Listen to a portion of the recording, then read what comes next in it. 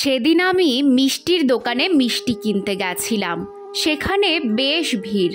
হঠাৎ দেখি একটা ছোট্ট বাচ্চা ছেলে আর তার মা বেশ তর্কাতর্কি করছে। মায়ের পোশাক নোংরা, ছেলেরও তাই। বোঝাই যাচ্ছে ওরা দারিদ্র সীমার নিচে বাস করা মানুষ।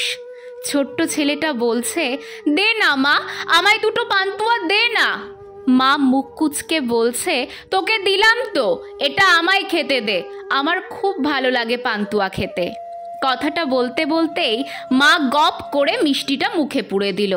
ছেলে তখনও ঘ্যান ঘ্যান করেই যাচ্ছে।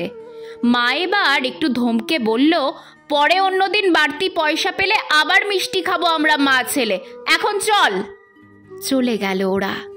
আর ওরা যেতেই দোকানে দাঁড়িয়ে থাকা দুই প্রবীণ ভদ্রমহিলা বলে উঠলেন, কি রাক্ষস মা রে বাবা, নিজে না হয় তুই পরে খেতিস, ছেলেটাকে একটা বাড়তি মিষ্টি দিতে পারলি না, নিজে গিলে নিলি।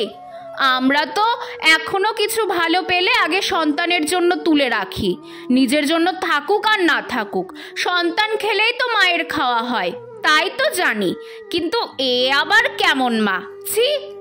খুব ছিছি করছিলেন ওরা। অবশ্য করাটাই হয়তো স্বাভাবিক আমাদের দৃষ্টিভঙ্গিতে। আমরা বোধহয় ধরেই নেই মা মানেই ত্যাগের প্রতিমূর্তি, মা মানেই নিজের সব শখ আহ্লাদ ছেড়ে সে নিজের সবটুকু লুটিয়ে দেবে সন্তানের জন্য। কিন্তু মা তো শুধু মা নয়, মাও তো আলাদা একজন মানুষ, তারও তো নিজের আলাদা কিছু ইচ্ছে আহ্লাদ থাকে। ওই গরিব মেয়েটা মা হিসেবে তার সন্তানকে তো পান্তুয়া দিয়েছে বাড়তি পয়সা পেয়ে, কিন্তু নিজের ইচ্ছাটাও পূরণ করেছে। দ্বিতীয় মিষ্টিটা তাই নিজে খেয়েছে ছেলেকে না দিয়ে। তাই আজও রাক্ষস হয়ে গেল অন্যদের চোখে। অবাক লাগলো, কেন মেয়েরা মা হলে নিজেদের ইচ্ছাকে খুন করবেই সবসময়। মনে মনে সম্ভ্রম জাগলো ওই গরিব অচেনা মেয়েটার প্রতি।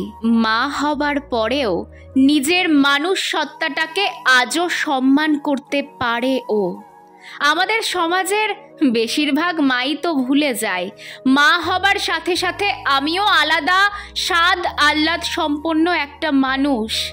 আর সেই জন্যই দুনিয়ায় ভুলে যায় মায়েদেরও অধিকার থাকে নিজেদের ইচ্ছে পূরণ করার।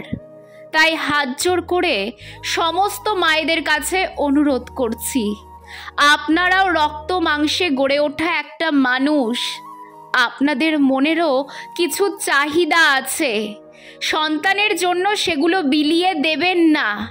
বুঝলাম আপনি আপনার সন্তানকে খুব ভালোবাসেন, ভালোবাসুন না, তাতে তো কোনো আপত্তি নেই, শুধু নিজের জন্য একটু ভালোবাসা বরাদ্দ রাখুন। কারণ আপনি যদি নিজেকেই না ভালোবাসেন, আপনাকে কোনো দিনই কেউ ভালোবাসবে না, বলা ভালো কেউ কোনো দিন মূল্যই দেবে না।